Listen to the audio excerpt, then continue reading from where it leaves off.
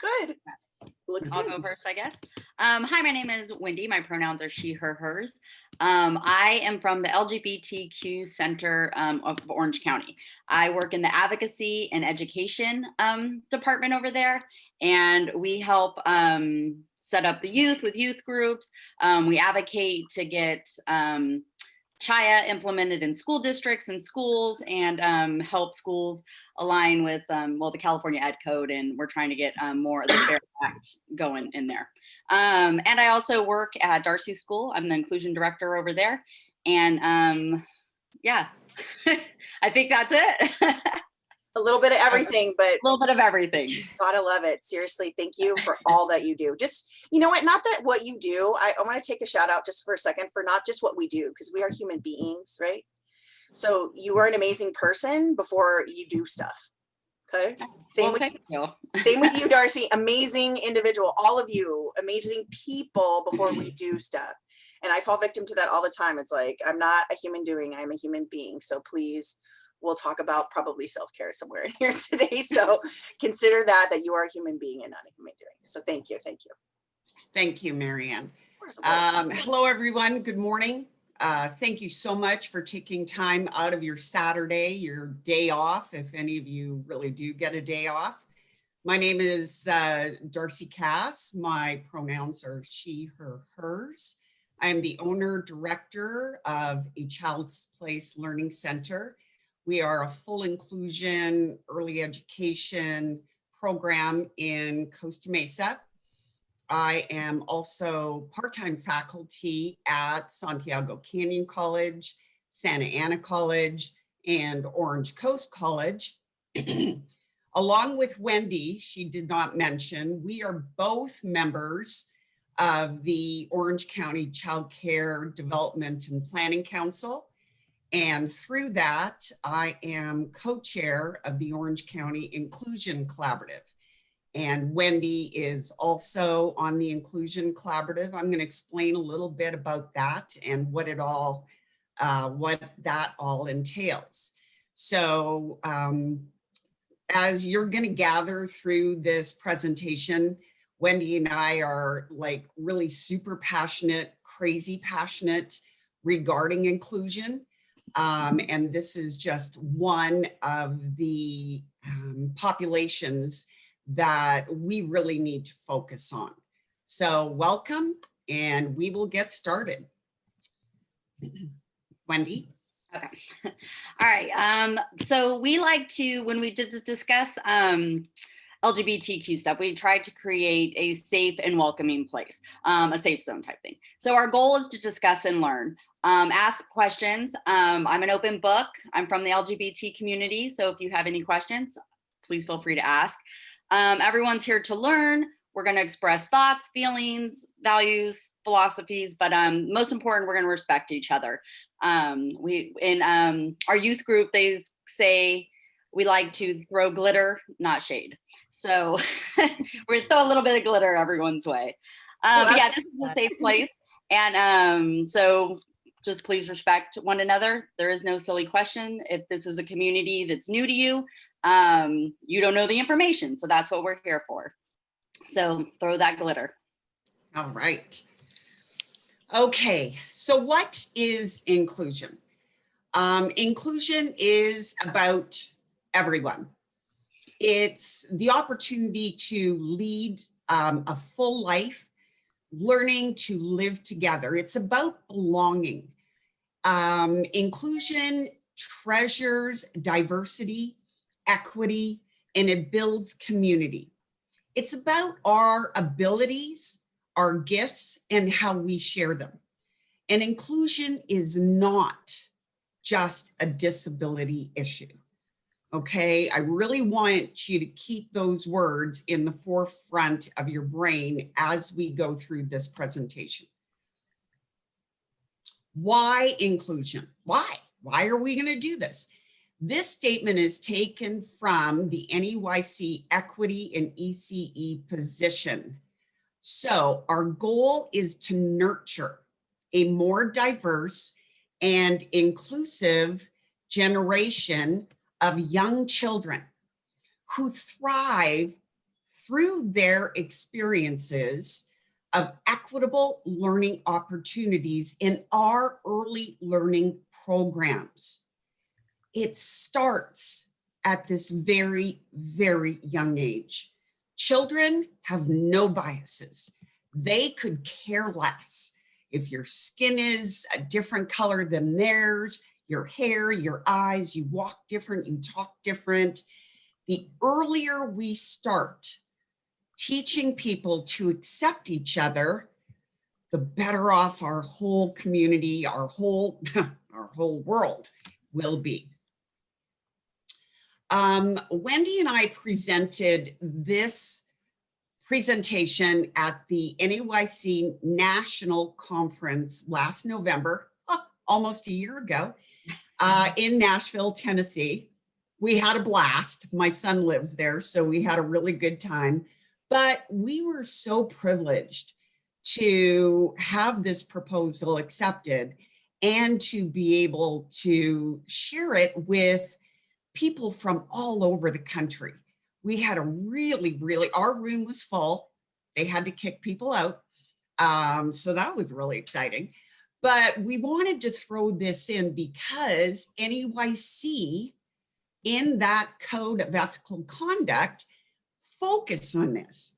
We shall not participate in practices that discriminate against children by denying benefits, giving special advantages, or excluding them from our programs or activities on the basis of their sex, race, national origin, immigration status, preferred home language, religious beliefs, medical conditions, disability, or the marital beliefs or other affiliations of their families. Everything. They focus on all of those populations in this statement. It is critical that we guide our programs with this belief. All right, I'll let Wendi take this one. Yeah, so over at NIAC or NACI, however you want to say it, they have taken an extra step and they've created this equity position statement. And one of my positions I forgot to say, even our OCAIC, our Orange County Association for the Education of Young Children, has created a new role, diversity, equity, and inclusion board member. And that's me. So it is something that everyone's looking at. We're trying to make our field more equitable. So in their statement, we found this: recognize each child's unique strengths and supports the full inclusion of the children, given differences in culture, family structure, language, racial identity, gender, abilities and disabilities, religious beliefs, and economic class. So overall, our field is, like Darcie said, it's critical to having that inclusion piece and making sure that all families have a voice and representation and a place at the table. So the statement, if you haven't read the equity statement, it is really good and they did an amazing job. And I think they're starting to incorporate it more and really start to do more work with it. I know in Orange County, we are starting to do more work with it. Thank you, Wendi. Mm-hmm. Okay, so as I mentioned, Wendi and I are both members of the Orange County Inclusion Collaborative. And we recognize the importance of the Orange County Early Childhood Policy Framework. So one day we were at our meeting, this is probably going on 3+ years ago. We were sitting around and talking about our mission statement for the Inclusion Collaborative. And the words special needs were in it. But we were sitting at the table together, and I don't know about you, but I am finding the more people I ask, what do you think special needs means? And most people just come up with a developmental disability or delay. So autism, ADHD, cerebral palsy, Down syndrome, that's what they think of for special needs. But inclusion is so much more. So we got our hands on the Orange County Early Childhood Policy Framework, and in it is this quote, and this is where we all kind of went, whoa. So special populations need special attention, and that all families have help to access prevention, timely and coordinated services and supports according to their needs, including high need children and families and special populations. So inclusion, we were sitting as a group, inclusion is so much more. And it was Wendi who brought up, you know what, we should be including the LGBT community and the children from that. We need to make sure that they're included in our early childhood programs, because we know in many they're not welcome. Somebody else at the table said, well, whoa, wait a second, what about our homeless children? And I came up and I said, well, what about those kids who require incidental medical services? So what are the special populations? And as a collaborative, we came up with this. And believe me, there are more. But those kids with developmental disabilities, yes, autism, Down syndrome, ADHD. What about our English language learners or our second language learners coming into our program, not speaking the language that everyone else does? What about the homeless children? How are they supported, excuse me, in our programs? What about incidental medical services? How about those kids with diabetes? How about those kids with who have asthma and need their nebulizer treatments? How about those kids who have seizure disorders or a feeding tube? We have a little girl with a feeding tube in our center. Her mom did not get welcomed in many other centers. She was turned away. Nope, sorry, we don't take those kids. Well, first off, that's against the law, but that's a whole other presentation. But yes, it's a little bit more, but they need to be included. How about our kiddos? Come on, we're in Southern California, who are immigrants, who are migrants, those children who are uncertain that their parents are not going to be taken away. Trauma, children who have been exposed to trauma. Our military families, kiddos whose moms and or dads might get deported, and who knows when they're going to see them again. Challenging behaviors, oh man, we have them in every single program. Is it okay to kick them out? Not at all. And I have such an issue with that. We need to support those children. We need to find out why the behavior is happening. Behavior is a form of communication, and they should not be turned away. They should be accepted. And that, Wendi and I have a whole other presentation on too. And then finally, those children and families from the LGBTQ, and I need to add the plus in there, community. So that's what we're focusing this presentation on. How do we make sure that they are included and supported in our ECE programs? All right. So this is one of my favorite quotes, and it's just some food for thought. But there is at least one child in almost every early childhood classroom who in later years will recognize their identity as lesbian, gay, bisexual, or transgender, or any of the plus that goes on in the gay alphabet. But that is something to think about. So yeah, so in early ed, they might not know their identity, their sexual orientation quite yet, but it's there, it's in them, it just hasn't developed yet. So our attitudes and what we project at such an early age is going to stick with them. If they had a good experience and there was representation, they're going to remember that as they develop and grow and look back at fond memories, hopefully, of their ECE programs being inclusive. But yeah, I always think that's a great quote. All right. And hey, Lori, great question. In LGBTQ plus, what does the plus represent? The plus represents, there's a lot, there's pansexual, asexual, there's a lot of different sexual orientations or identities. You can Google it, look it up. To keep it simple, we just usually focus on the LGBTQ, but to be respectful to everyone's identities, we add the plus. I don't know, does this presentation have the video? No, it doesn't, but we could share later. And Lori, I think I did send it to you. There is a video out there. You can Google, there's a number of them that explain the LGBTQ plus alphabet.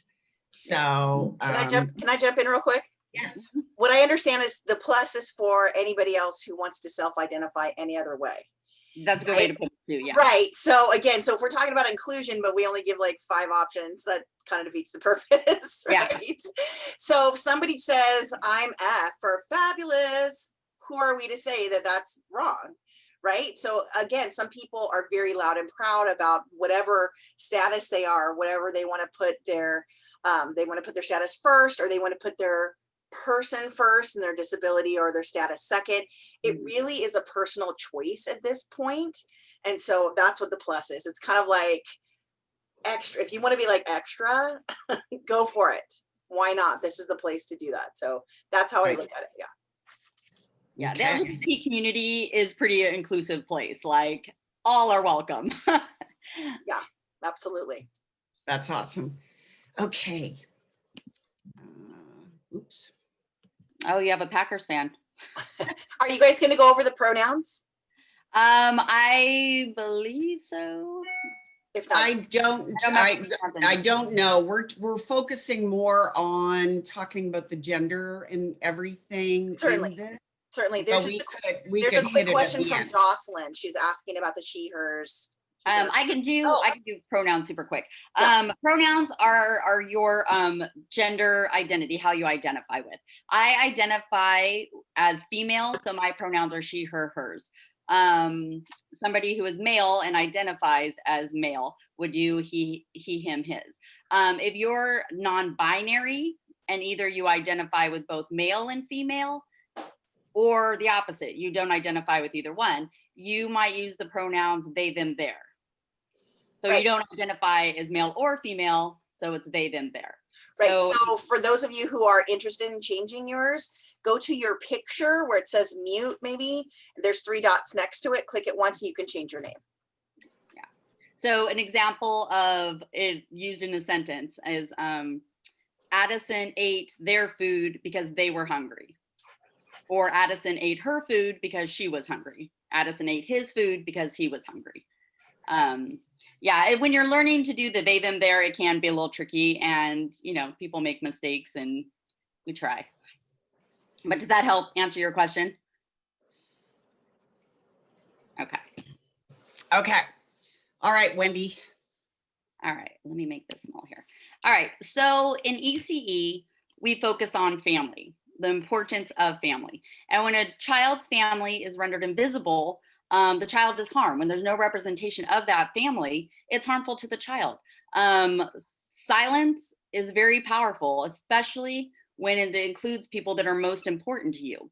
If you have a family wall in your classroom and everyone's represented, but not your 2 moms, that's super harmful.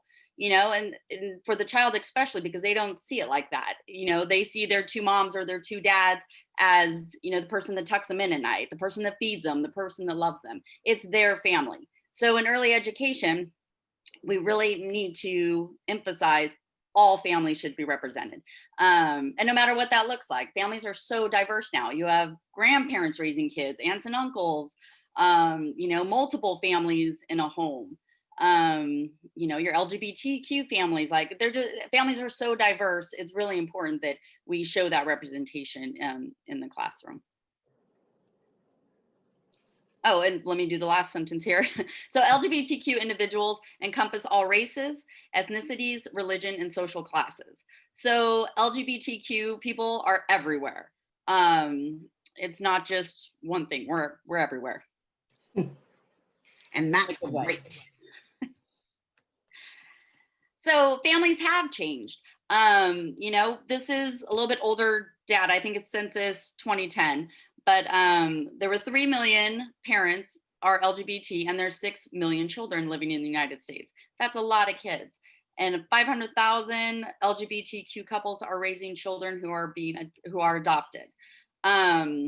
I can't wait for the new census to come out because I'm sure these numbers are going to be so much higher. And that's really something to look at because we got to look at our programming and how do we make sure all these families are included. Yeah, families have definitely changed. And in your programs, you may already be or will very soon be serving children who have 2 moms or 2 dads.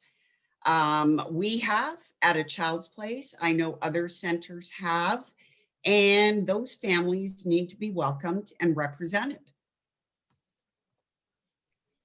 So here's just some quick data. New data did come out also, so it's exciting. I like to update our data. But this is taken from the CHIC survey, and it focuses just on Orange County. So within Orange County, 64% of LGBTQ youth felt hopeless almost every day, compared to 30% non-LGBTQ youth. 44% of LGBTQ youth considered attempting suicide, compared to only 14% of non-LGBTQ youth. That's a big difference. So when we look at those numbers, there's definitely some stressors and some sort of trauma happening that our LGBTQ youth population is feeling this way. And Orange County is a little tricky county. It's a little conservative. Schools they're not quite supporting these students as they should be. So our youth in California, bigger picture, 78% of LGBTQ youth felt depressed in the past week. 93% report having trouble sleeping at night. What we know about kids is they need their sleep because it literally affects everything that happens in their world the next day. So 93%, that is huge. 45 indicate feeling worthless, hopeless, and letting people down and not being a good person. The interesting thing about the youth data that we have in California is the state of California is the most protective LGBTQ state in the country. We have almost a perfect score in laws and policies and legislature that support LGBTQ youth. So the question we ask is, why in our schools is it not happening? Why are these our numbers in our schools? So there's a gap, there's a discrepancy between what our state protects us and what's actually happening with our youth.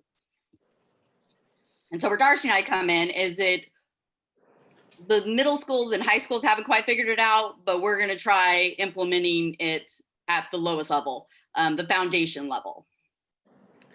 Yeah, I mean, that's why, once again, in ECE, you get these children who could really care less about anything because they just want to have friends and play and have fun the best they can now that we have COVID.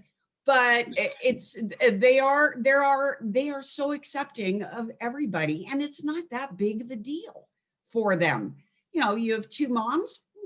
All right, okay, cool. So if we can get that acceptance at this young age, they're going to go off to kindergarten. They're going to go to elementary, to middle school, to high school, to college, and then hopefully a job in their communities with this acceptance already.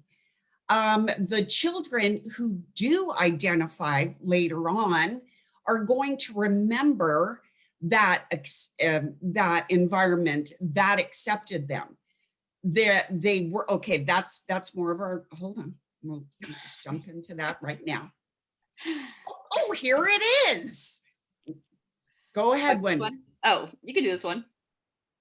Okay, So what is our job in early childhood education? LGBTQ families, all families, need to feel safe, respected, and welcomed in our programs. And like I was just saying, the children in our programs who may later identify as lesbian, gay, bisexual, transgender, or other, and they've had that early experience which affirmed those individuals as people who deserve respect.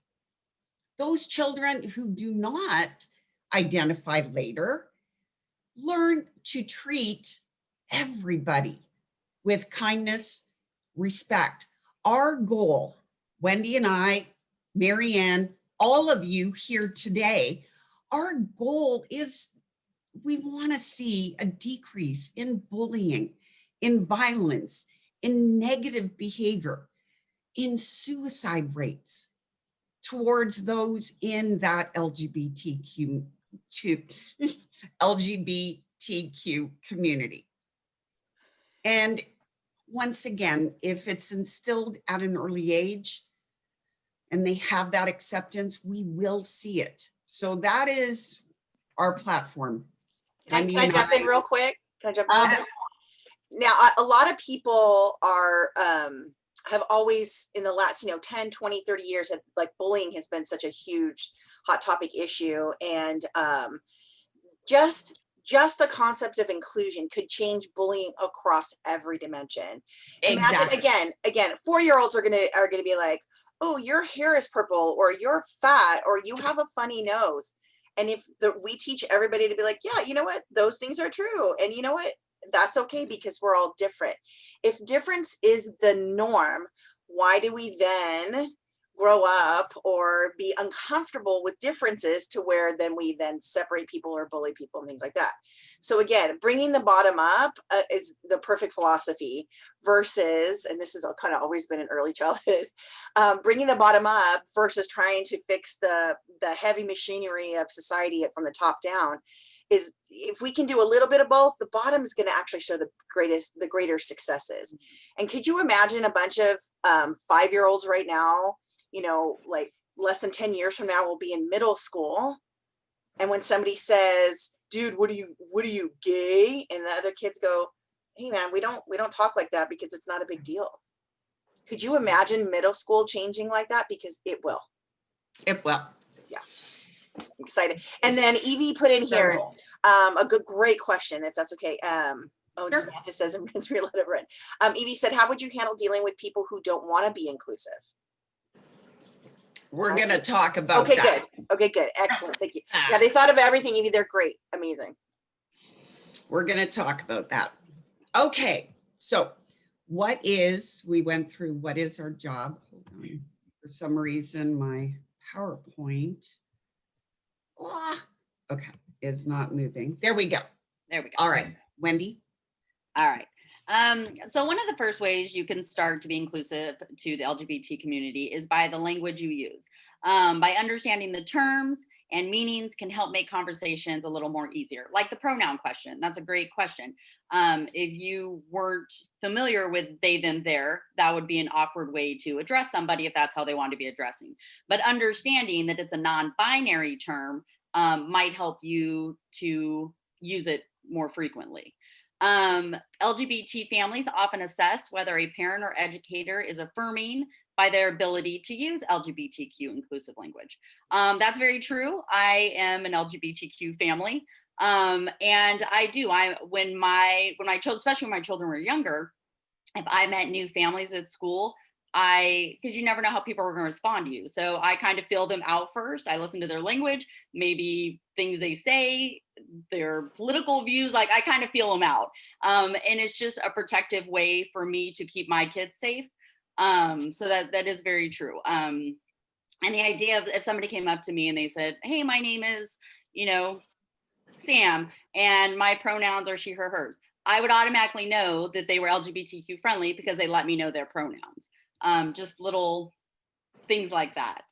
Parents and educators refrain from talking or advocating for LGBT inclusion because it feels taboo and they're often afraid of saying the wrong thing. That is true. There's been research done that teachers aren't comfortable addressing it, and that's kind of the problem with the FAIR Act. Let me take a step back. The FAIR Act in California means that if you're doing a history lesson or if you're teaching something in English and that person happens to be LGBTQ, you can bring that up in your classroom. Some states you could be fired for saying that, but in California, you're protected and you can do it. So same thing, if you wanted to read an LGBTQ children's book in your classroom, you're free to do it. But if you're not comfortable with it, if you're not familiar with the community or understand all the terms, then you tend to shy away from it, is kind of the idea. Excellent. So more ideal language that isn't gender focused, instead of saying mom and dad, assuming that somebody has a mom and dad, you can just say families. Boys and girls, that's also assuming that you know their gender. You might not. We can say friends. I love the word explorers. That's funny to me. But say friends, let's line up. Husband, wife, you can say parent or spouse. I have often been asked, oh, what does your husband do? And then I have that awkward moment of, well, I don't have a husband, but my wife.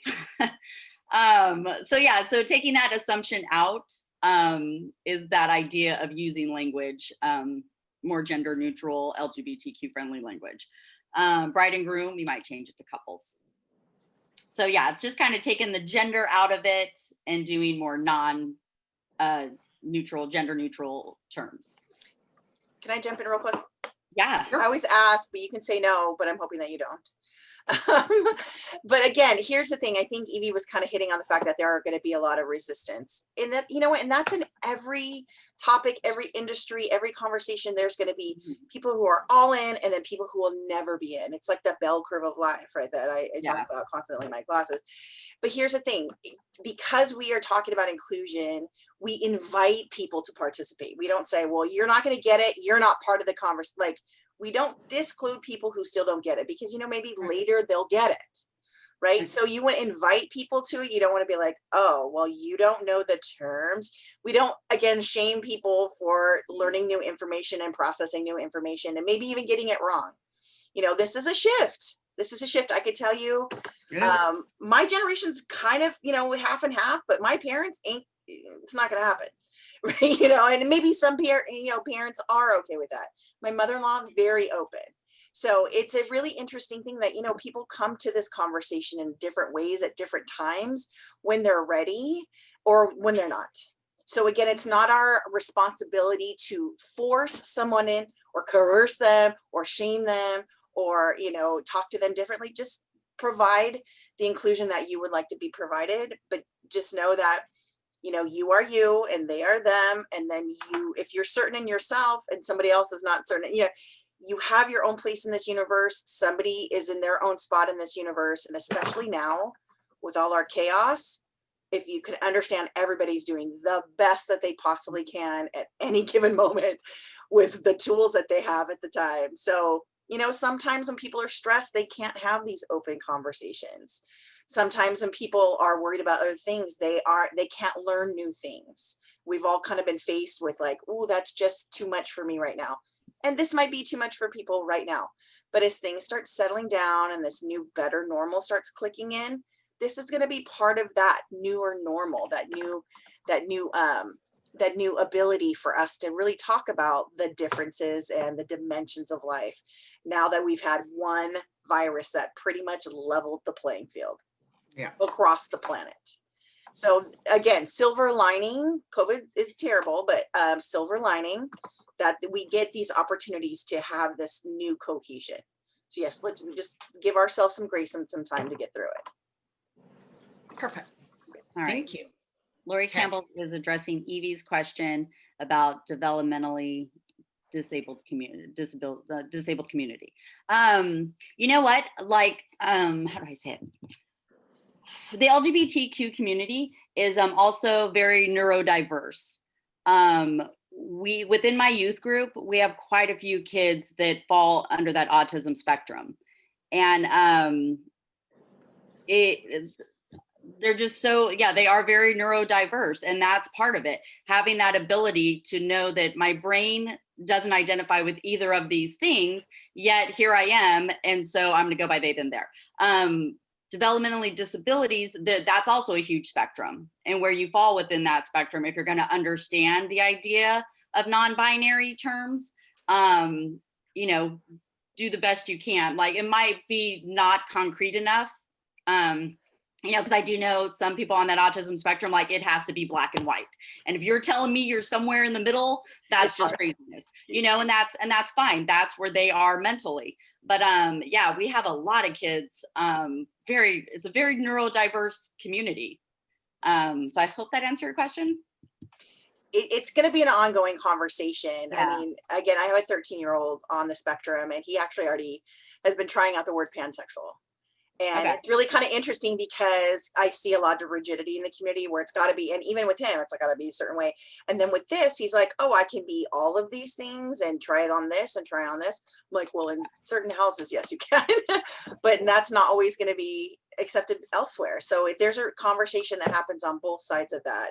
Of yes, you know, in my house, it's like, you can be whoever you want to be, love whoever you want to love, but there's going to be conversations out there that might not be as accepting. So there's a, you know, there's a road ahead, and we're all on it in different places at different times. But yes, I think it really kind of depends on the person. If there's a rigidity, or if there's a fluidity, or if there's an understanding, or maybe an emerging understanding. So we're all kind of getting there. Yeah. And then pansexuality, if you don't know what that term is, it's you are attracted and love a person for who they are, not for their gender, for their, you know, am I explaining it a good way? You love the person for who they are, not so much about their gender or other aspects of them. Okay, let's keep going. Great questions.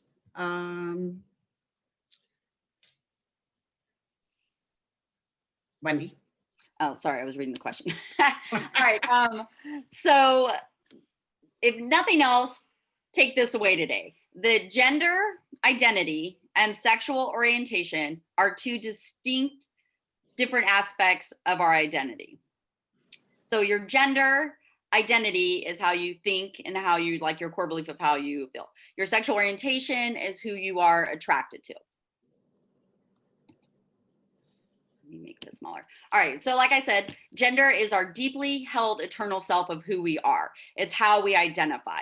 I always like to think of it as your brain. It's how you identify. It's what you relate to. It's that deep, deep self of who you are as a person. So sex is what you're assigned at birth based on newborn genitals. So it's literally biological, what's between your legs. And at that moment, we often presume the child's gender. However, your body parts that you're born with do not determine an individual's gender. So you might be born with female body parts, but your brain identifies as male. So that kind of explains the transgender part of things. Or you're born with certain body parts, but you don't identify with either one. That's the non-binary piece. Okay. Oh, you want to do this one? No, you go ahead. I jump in on this one. All right.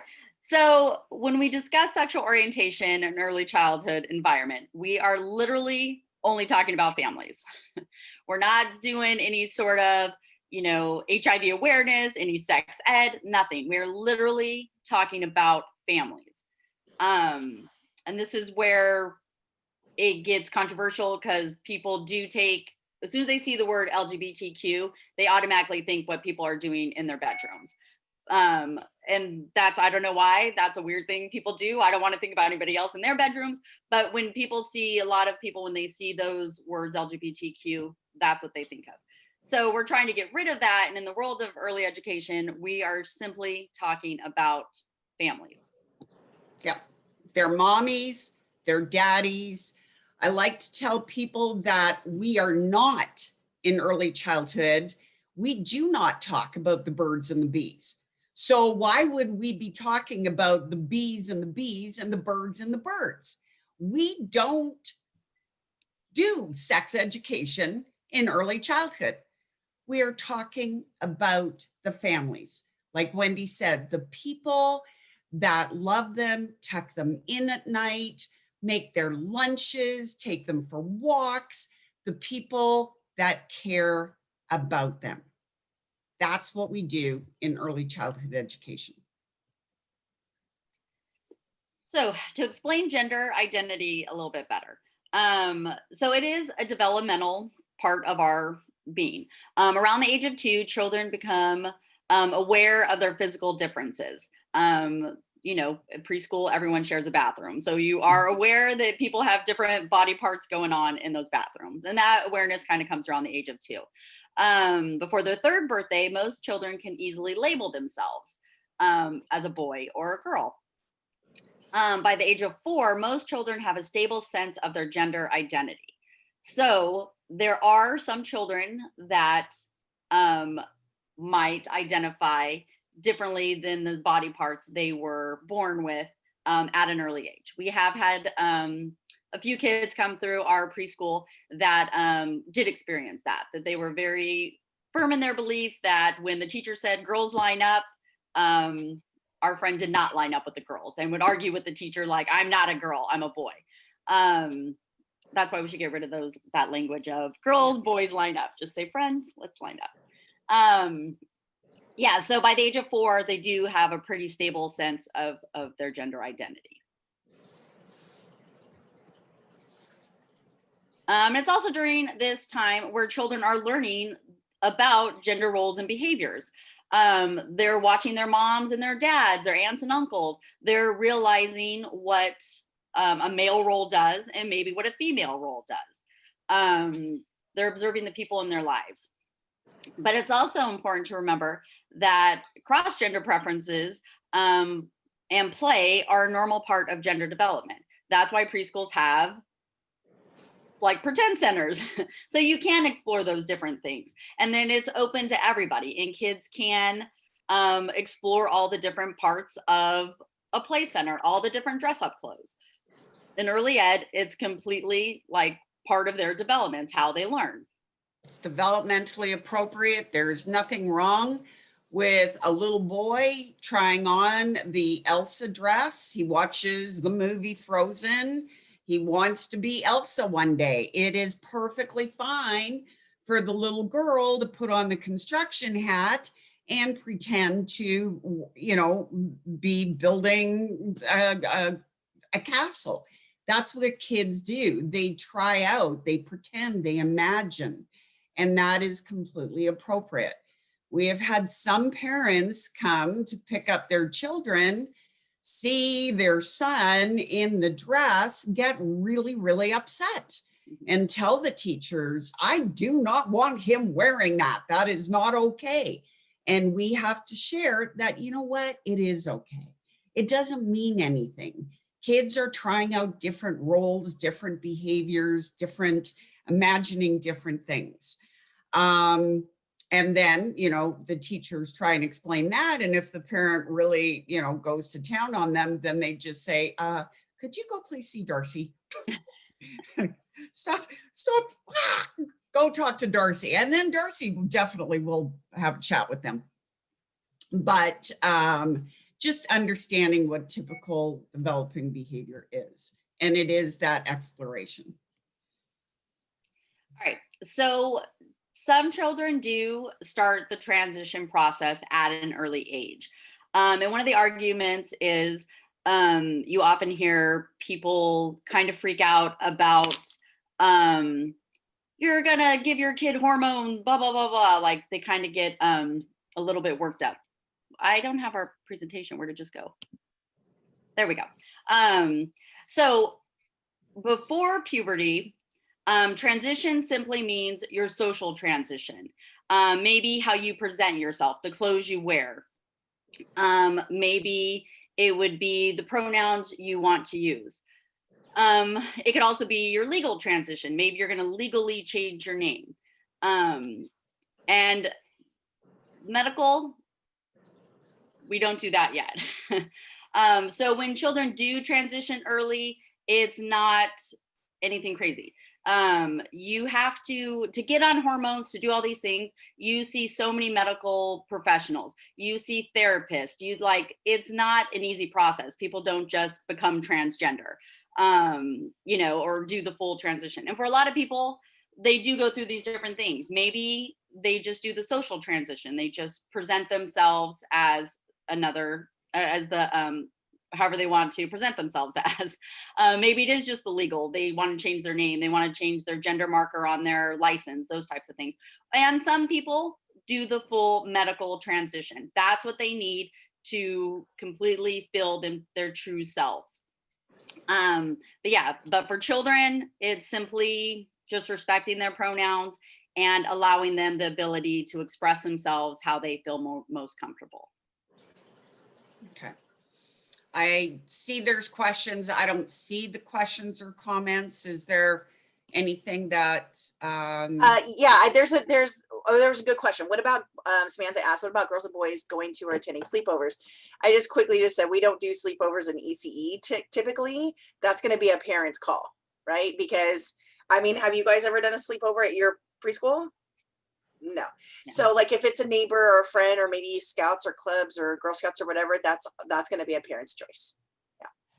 And I mean, again, I just, like Wendi had mentioned earlier, there's some parents who are super open and some parents who are just not. And so hopefully you find a community there as a family. Obviously this is, the ECE environment, this is the educational environment, but this is a great place to start foundational conversations and foundational relationships. And then it can then progress to sleepovers, but then that's a little bit outside of the educational scope. Yeah. Yes. I have had experiences with my own kids that parents come over, I think they're like elementary school. They came over to drop their kid off and then kind of realized there were two moms, and then they decided not to let their kid come over anymore. And that kind of sucked for my son. And, that we had to have that discussion, well, some people aren't okay with this. And I, apologize. You guys can still be friends at school. So we have experienced those types of things. And then we have, other parents that are like, oh, nice to meet your wife. And then life goes on. Like Marianne said, you can't change everybody, but, we're open about it and this is who we are. So if you don't want your kid to come over, then, your choice. Okay. Excellent. Thank you. Okay. Do you want to do this one? Sure. Gender diverse children. Okay. So their gender specific behavior, so their gender expression seems to be influenced by the exposure to stereotypes and their identification with the people in their lives. So that, once again, going back to that internal sense of self, of there being a girl, boy, in between, or something else, that cannot be changed. Yeah. Okay. And that's kind of where that high suicide and depression rate comes. So if you're 5 years old and you're identifying as the opposite sex, from 5 up until middle school and high school, people have been pushing against you that that's not okay, that's not right, that's weird, that's awful. So so by the time you get to middle school and high school and you've been listening to that for that many years, that's why the suicide rate is so high. And that's, where we need to change our thought process and, really understand, we can change these things at an early age. It doesn't have to be weird and I don't know. Yeah, because it's your true self. You can try as hard as you want, but you can't change who you are, who you identify with. So let's keep in mind, it's not human differences that undermine children's development, but rather the unfair, hurtful treatment based on those differences. Children's emotional safety may be compromised when adults or peers express disapproval of young children for supposedly incorrect gender expressions. So, go ahead. And adults' opinions, their children are like little radars, right? Mm-hmm. They can sense when somebody truly likes them for who they are, or maybe doesn't care or disapproves. Kids get that. So that is why it's really critical in ECE to be accepting and to these, and not disapprove of their questions, of their play, of their mannerisms. It's just acceptance all around. Yeah, kids really are. I mean, that's how they learn. They're looking towards adults to figure out how to handle situations. So even the slightest little like sigh, eye roll, shying away from that question, kids pick up on all that. And if that's, as an adult, if that's your response, then that's what the kids learn. Is if someone's different, don't talk about it, make that weird eye roll. So as educators, people that work with kids, it's really important to be aware of your whole attitude, demeanor, everything. All right. For the LGBT community, I love this model so much because LGBTQ, it's so embedded in everything we do. Everyone has an opinion about it. It's in our laws, it's in our legislatures, it's in policies. It's in our homes, our schools, our neighborhoods. How people's attitudes towards these communities is going to affect all of them. You have your individual there, and then you have all those microsystems around them. If it's supportive, the child's going to be supported. If it's not supportive, then it's going to just keep escalating until we get that horrible data that we saw, But yeah, it definitely goes all the way into that macro system, into our cultures, our beliefs, our customs, and our laws. With our debate right now, we're getting a lot of pushback, and a lot of LGBTQ stuff is being challenged right now. We have some stuff in the Supreme Court, some things coming up. So that is how it affects people's daily lives, who decide who you can marry, who you can't marry, where you can work, what you can say, it's pretty embedded into our American, anyone's culture. Perfect. So why diversity and inclusion is important in our ECE programs. Okay.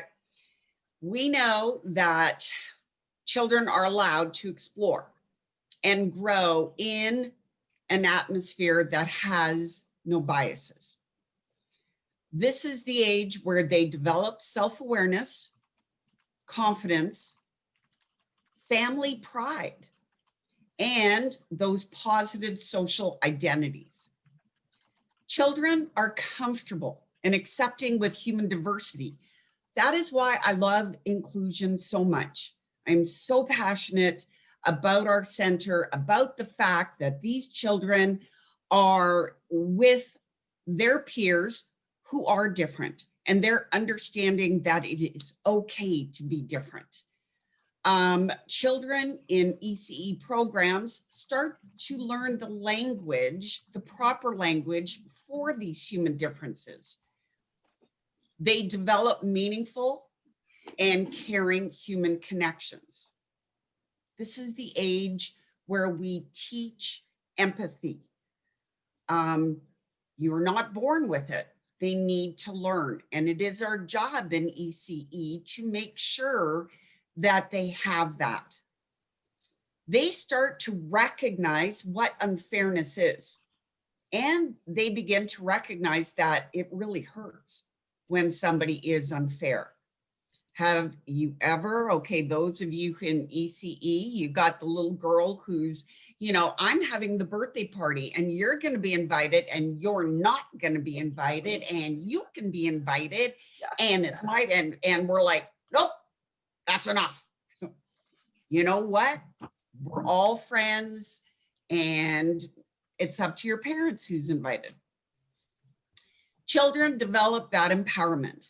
They are starting to recognize prejudice and discrimination, and they are starting to realize that they can have a say in that. So it is really important to focus on this in our ECE programs. For sure. I'm just gonna chime in real quick, especially with our atmosphere right now with our, social injustice going on. Our young kids are picking up on that. If they see the news, they see the protests, every adult has an opinion on what's going on right now. So if we could create spaces that are as non-binary, non-biased as we can, it's just gonna be that much better for our kids. I can't imagine being young in this time period right now. Like I have two teenagers and we process it all together, but they're developmentally a little bit more ready for that. But for younger kids, to see some of the stuff that's on the news and those types of things, I just think as ECE people, if we could really just create those anti-bias places for our kids. Those safe environments Yeah, that they can feel that they're accepted, that they're safe, and cared about. So how we can I chime in real quick? Yeah. Real quick. I see this as also like a benefit of the millennial community. I know that there's a lot of like bias against the millennial community, like say, oh, they're a bunch of, whatever. But by the way, every generation says that. I mean, I'm telling you, every generation says that. The next generation, they're this, they're lazy, they're like. There is so much bias against like, oh, the snowflakes. No, honestly, I feel like even before COVID, the millennial generation has started to have these open conversations. Just phrases like "you do you, boo boo," like that, things like that. As you do you, like go on with yourself. Like there's this thing where the acceptance is coming. And I see this because of the millennial community being like, hey, I'm tired of this. I'm different. I'm out there. I want my hair this way and I don't want to be labeled that way. And who cares if I'm this way now? Maybe 5 years from now, I'll be something different. So I see this as kind of like, what's the word? Like a cross section between like, again, that bottom up movement and placing this responsibility or placing this gift of this openness and inclusion and this as an opportunity in the right hands. And so, I mean, there's a lot more language now in our American lexicon about differences, about being yourself, about owning it, about stepping into your own power, and really looking at what inequity is and what it means to be. It's never going to be solved 100%. It's not a finish line that's going to be, okay, we did it, we're done. No, this is an ongoing process. And we will always have differences. We will always have conversations, and people also have the right to change. There's this weird thing where like, sometimes you'll see this in political arguments where that person will never understand. That's not exactly true. So we've seen a lot of people come from one side to the other or not understand or put their foot down or not even have a conversation to, oh, now I can have a conversation, or my child is this way now, or my grandchild identifies this way. And you'll get even people who are the most stubborn coming to having a conversation. And so I think we're at the perfect time in the middle of a struggle, in the middle of a chaos, to actually start moving forward. This is just, it's ideal. And so again, thank you ladies, and I'm going to shut up now. That is a good point. Like, think about your middle school self, your weird, awkward self. And then you move to high school, then you dress differently. Like you go through, I don't know, I went through my goth phase, my punk phase too, you know what I mean? And even as adults, you're constantly progressing, and there's nothing wrong with that. There's nothing wrong with reinventing yourself as many times as you want. It's your life. You're right. You do you, boo. Yeah, it is. It's a good time. All right, so where are we at? All right, children, families, and our ECE programs. So the first thing is support children's choice in their play, in their clothing, in their activities, in the careers. What do you want to do when you grow up? Support them in that. Challenge those gender stereotypes. There's tons of children's literature that does that. When you're picking out books, see if it challenges certain stereotypes or gender roles or professions. Expose kids to those types of things. Make sure different kinds of families are represented within your classroom, within the materials you use, the curriculums, your posters. Unfortunately, and they might have it by now, I say this every time I give this presentation, you can't really go to Lakeshore and buy the gay couple poster for your wall. I'm gonna have to really figure out who to talk to at Lakeshore about this. At our center, we have this walking path. And what the teacher did was it's insane how many people are represented, but she just printed out pictures of different families, different ethnicities, cultures, and it's this whole walking path. So kids walk by it every day and they experience those different people. But yeah, so any kind of gay representation, LGBTQ representation, we've had to like print out, or, the books we use. Our school, actually, I've trained our staff, so we're a safe zone school. We have the rainbow poster in our outside of our school. When you walk in, you can see that we're a safe zone. What else? Create curriculum that challenges gender stereotypes. We talked about that. Breaking away from the typical what's considered boy or girl. And choose children's books that portray of various families, people with differences, different abilities, and just different forms of diversity. There's so many good children's books out there. So many. And so many not good ones. So be sure you read it before. Yeah, so we always like to leave it with this, but remember, children are just trying to make sense of their world. They've only been here a couple years. Like, they're just trying to figure it all out. And you're kind of their guide. They're looking at you on what to do and how to navigate this giant, crazy world. By silencing children and avoiding real answers, that kind of conveys to them that there's something uncomfortable or bad about it. We all know what's developmentally appropriate. So have those conversations based on that development appropriateness. My kids have gone to Pride their whole life. And, when my son's 5 and the leather guys come by, I'm not going to have a whole conversation with him about S&M. I'm just like, oh, they like to wear small leather shorts. And that was it. That was our conversation. As a teenager, now he's like, why do they wear that? Our conversation is going to be different compared to when he was 5. So conversations can exist. It just has to be age appropriate. And like we've said it a few times, children really do rely on adults and parents and teachers and caregivers just for those matter of fact, developmentally appropriate answers. Yep. On what they're questioning. Keep it short and simple, and then move on. Sparkle Boy. Have you guys read this book?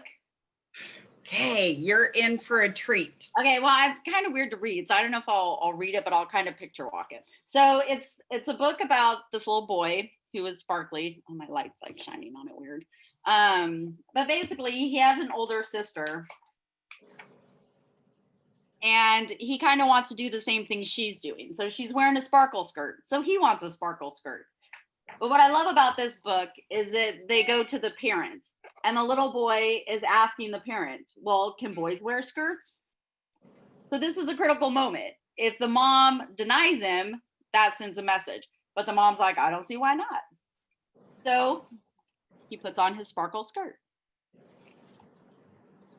I mean, his sister's not happy about it. She's, being an older sister. But then also, so the sister gets her nails painted. I don't know if you can see it. So what does he want? He wants to get his nails painted too. And once again, he goes to his dad this time to ask about, can boys wear nail polish too? And the dad says it's okay and paints his nails.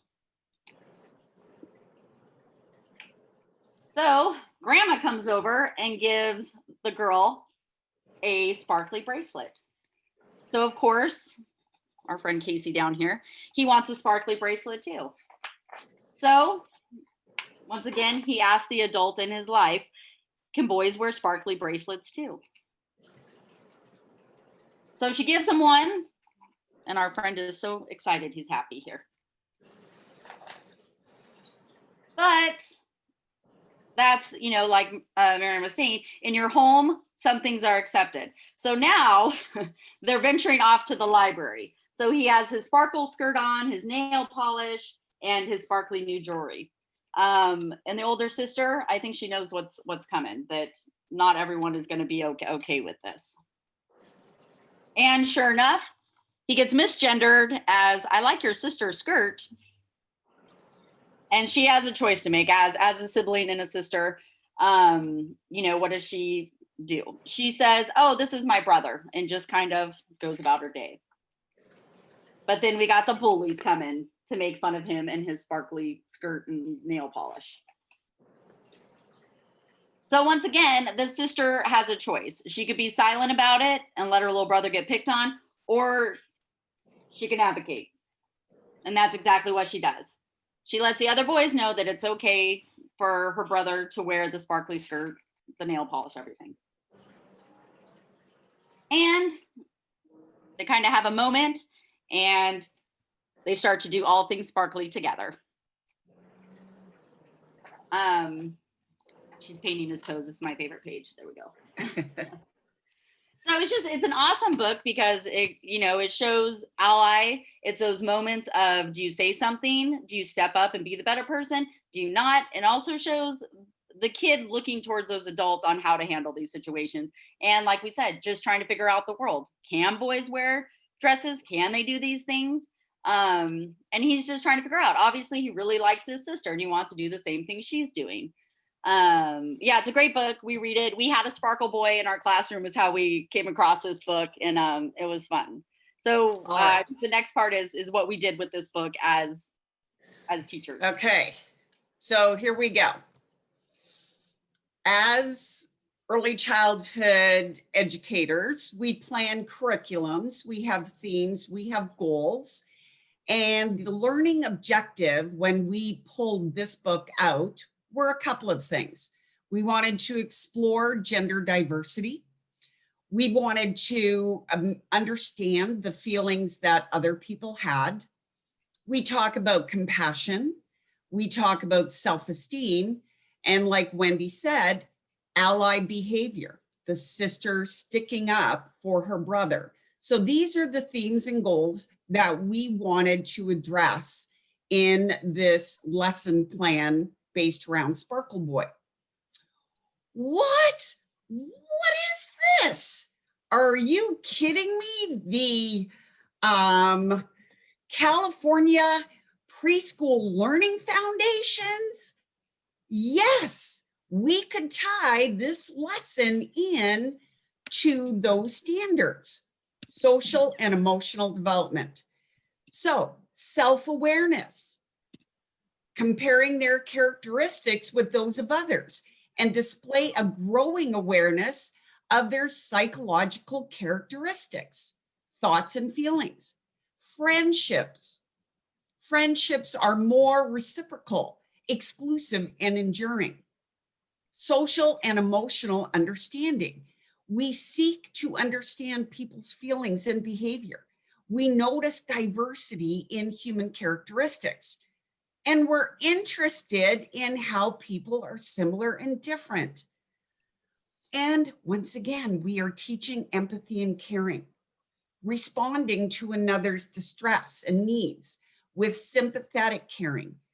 And then they are more likely to assist. So you can tie these lessons in to our preschool learning foundations. Now, wait a second. Wendi and I went to Nashville to give this presentation. Nashville is not that friendly of a state in this topic. So we explored it even further and we went to Head Start, a federal agency, the preschooler social and emotional development subdomains. So yes, they have learning outcomes. Their goal, the child recognizes self as a unique individual, having their own abilities, characteristics, emotions, and interests. They demonstrate knowledge of uniqueness of self, such as talents, interests, preferences, or culture. The child has a sense of belonging to family, community, and other groups.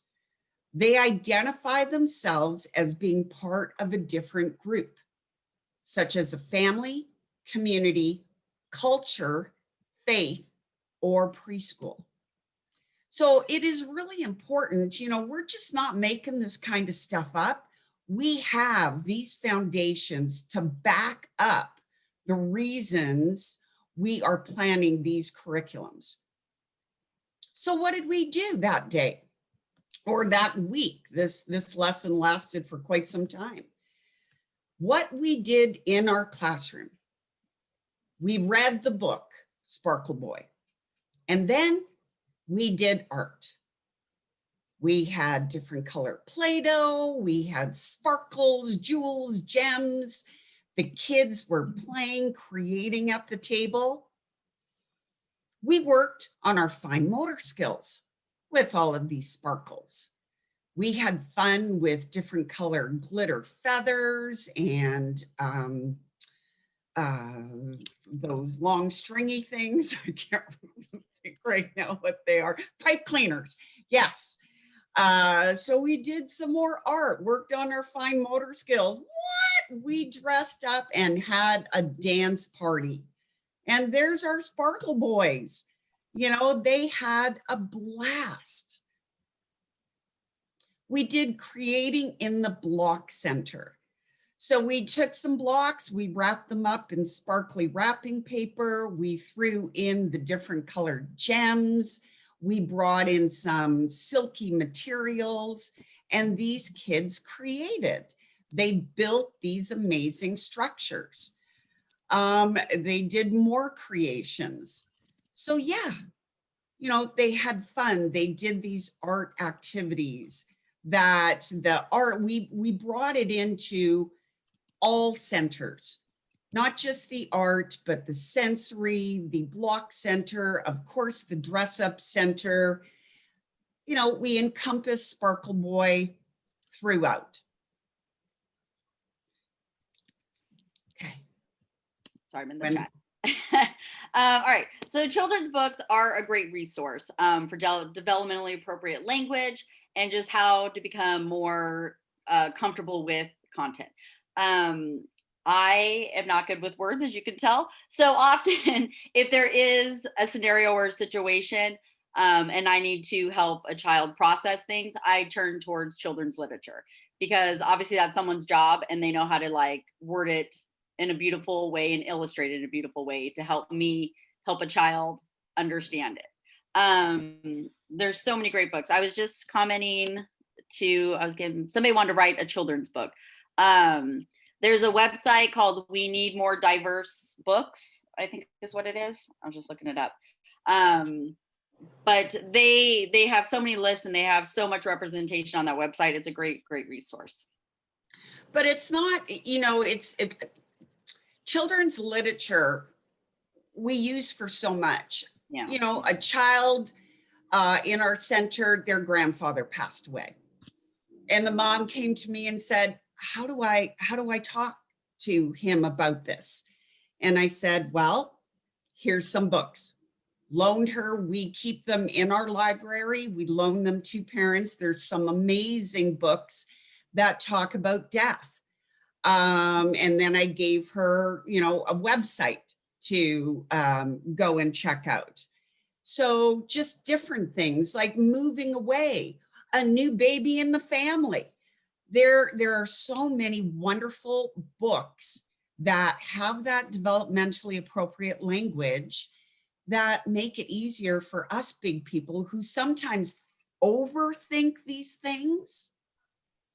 We had a child a number of years ago. She passed away at home.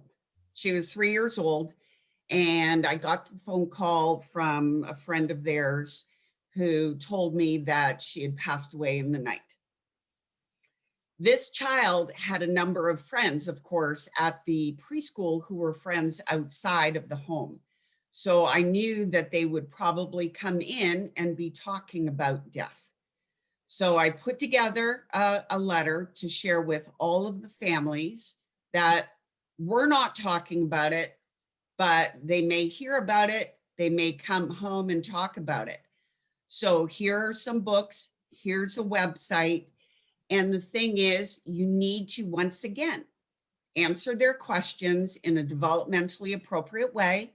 You don't have to go into big, long explanations because kids are typically, oh yeah, okay, and then off they go to play. It was a real learning experience for us. I brought in the time Orange County Department of Education had a resource where they sent out a counselor to come and talk to our staff because we had to process this. But we kept falling back on those books, that children's literature. And it not only helped the kids, but it helped us as big people. Yeah. So there's so much literature out there. And sometimes, I'm starting to notice more in books. It's not even, there's a book, oh gosh, I wish I could remember. It's about families and the kid like busts in the room to say good morning and it happens to be two dads in bed. And that didn't have anything to do with it. Then the next page is a kid's making breakfast with his mom and dad. But just that simple representation, like it had nothing to do with being gay. It just happened to be a family. So those subtle books are awesome too. So it's representing different cultures, different sexual orientations, those types of things, but in a super subtle way. So the focus of the book is families, but it represented all these different families. Those are my favorite books. And I'm starting to see that a little bit more. Okay, so where can you go from here? I am a firm believer in a program's mission statement, in their philosophy, their vision statements. Do those represent inclusion for all? Our philosophy, our mission statement, our vision statement focuses on that. So before a parent even visits our center, which they can't do now with COVID, but pre-COVID, they can go to our website, see our philosophy, see our vision, mission statements. We actually have a tab that specifically talks about inclusion on our website. So they know right from the get-go. We need to, in our programs, advocate against unfair policies or practices. And we need to challenge those biased perspectives. We need to educate the stakeholders in our programs who the special populations are. So our center is a little bit different because I'm the owner, I'm the director. But we've been to conferences and workshops where teachers come to us and say, well, how can I do this? I want to do it, but I don't know if my director wants to, or the board of directors, or the owner. You have to educate them on what inclusion is in all of our special populations. Begin a conversation with your co-teachers in the program. Reflect about inclusion in your classrooms. We need to ensure that every family feels welcome and they understand the importance of inclusion for all. When I take families through a tour and we go through each, we have 3 classrooms, we go through each of the classrooms. I explain what we do in each classroom, what the goals are. I talk about nutrition, healthy grow food, discipline, what our discipline practices are. And then I tell them, I say, oh yeah, by the way, we happen to be a full inclusion center. What does that mean? It means that we include children and families from all of the special populations. Oh, what are those? Let me tell you. And I go through the list and I say, we support children and families from the LGBTQ plus community. And they have a choice then. They could go, okay, that sounds awesome. This is the school that we want our child to be in, or they could leave and go somewhere else. But I am upfront about it. Yes, we have kids with challenging behaviors. We have some kids who have been asked to leave for other preschools, but they come here because we will work on them. We believe in them. Yes, we have children who require incidental medical services, and your child may be sharing a lunch table with the child who gets fed through a tube. so they know up front who we are and what our beliefs are. We develop relationships with children and families that are mutually respectful. It is so important to work collectively with others, other programs, other agencies, other professionals who are committed to that equity. And then we read, we research, we explore, we ask questions, and we're not afraid. We're proud to say that we are a full inclusion center and everyone is included. Wendi? All right, this is my favorite. I'm a huge Shelley Moore fan. I love her. Oh my gosh, I didn't tell you, her and her wife are expecting. What? I'm so excited. I know. That is like the luckiest baby ever. Shelley Moore is your mom. That would be the best. But anyways, this is kind of the evolution of education. So many years ago, if you were different or perceived as different, disabilities, whatever, you were excluded. You didn't get to be part of the community, part of the school, part of the world. You were excluded into your group home, into your psych ward hospital. You just weren't part of the community. And as we evolved, we realized, well, that's not really a good model. Let's have them a little bit near us, but they'll just be over there.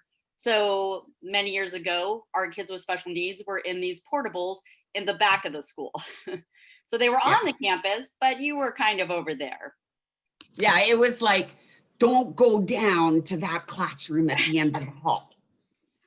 Totally. So then we realized, well, that's kind of not a good model either. So let's kind of integrate them a little bit more.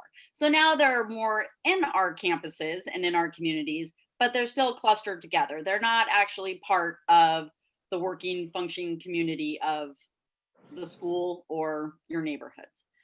And then we move towards a more inclusive model.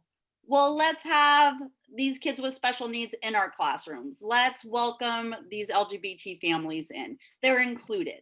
But sometimes they are and sometimes there's not. I've gone to schools where they are inclusive and then I go and the child with Down syndrome is, yes, he's in the classroom, but he's in the corner playing by himself. He's not part of the classroom community. So us as educators and people that work with children, we need to move towards that model of teaching towards diversity, that neurodiverse piece, that each person is completely unique and an individual. And let's meet those needs. Let's help them in their learning style. Let's help them process information, how they process best. So getting rid of that cookie cutter model that this works for everybody. We need to start really looking at families and children as individuals. So it's that idea of teaching to diversity, including all those pieces in, you know, looking at people's religion, their ethnicities, their socioeconomic backgrounds. All those things play into who they are as a child and how their family functions. So that idea of teaching towards diversity is where we're moving towards. And you guys are it as you go off into your classrooms. So that's our presentation. Here's our contact info. And then we will. You guys have time to take some open questions? Absolutely. That's what I was. Yes, absolutely. Can I share some books quick? Because somebody was talking about non-binary books, and there are some. Okay. So my favorites. Here, let me get to. Neither. So he's neither a duck or a bunny, or maybe both. Oh. So it's like a non-binary, kind of addresses non-binary in a kid-friendly way. Jacob's New Dress. This is a good one. It's like, so we're usually when we present this, we have like all kinds of books on the tables. Sure. Jazz Jennings, she has a book, I Am Jazz. It's kind of her early process of her in her early stages of transitioning. This one's fun. Annie's Plaid Shirt. She's in her uncle's wedding and they want her to wear a dress. And she's having a hard time with it because she likes to dress more in jeans and t-shirts. And then I think they like, what do they do? It's funny. Oh, they compromise. They let her wear her plaid shirt and she gets to wear a little tuxedo instead of a dress. So it kind of challenges those, you know, those stereotypes. My princess boy, this is a good one. And then introducing Teddy, this is a good one too. So it says, a gentle story about gender and friendship. So there are books out there, they're getting there. There's another book called Riley, and the whole book is Riley's a dinosaur today, Riley's a firefighter today. And then at the end, the last page is somebody says, well, are you a boy or a girl? And Riley says, I'm Riley. And that's how the book ends. We have a list of books that we could send out to everybody. So just our mailing list, we'll just include it to everybody. So yes, Wendy's put a list of all of these books together. So they're great to have as part of your libraries or in your classrooms, in your, you know, little book cubbies in the class. Lori had a question here in the chat. She said, do you offer additional parent education on the practical ways they can support anti-bias practices at home? That's almost a question of the ages.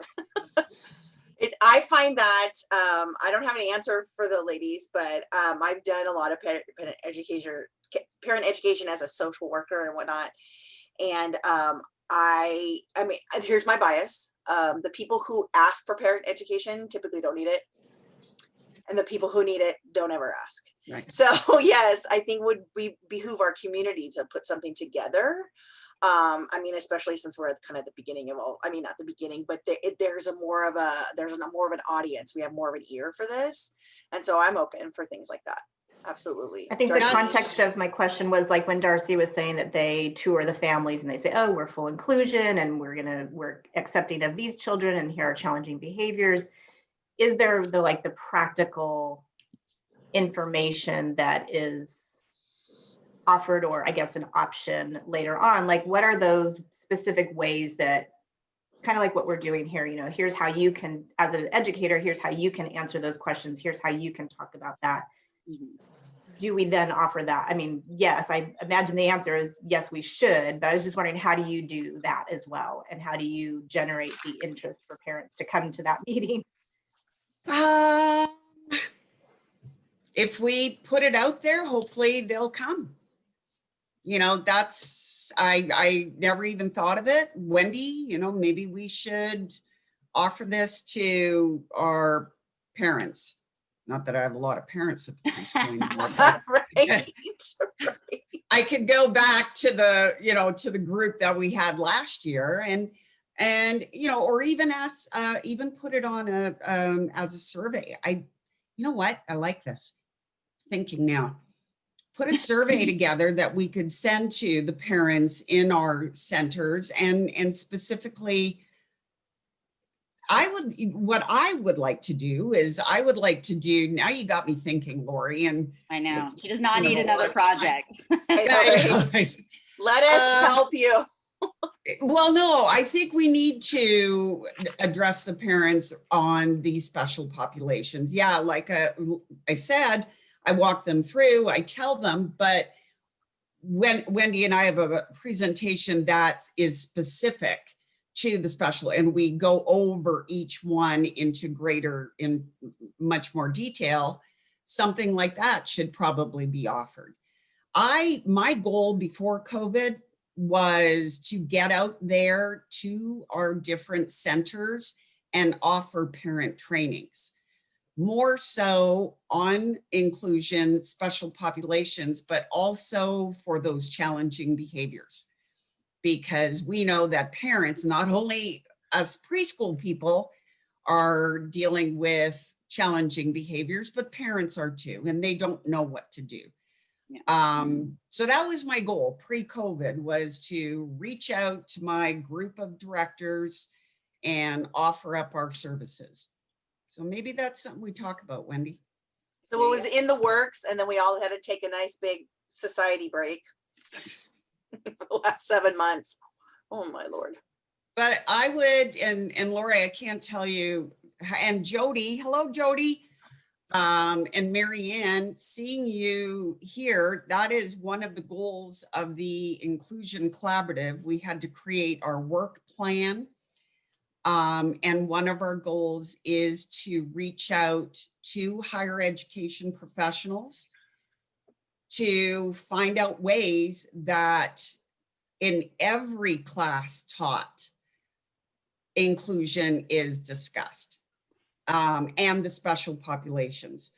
So, and it's not just, you know, our human development class where we talk about some of the different things like gender and everything.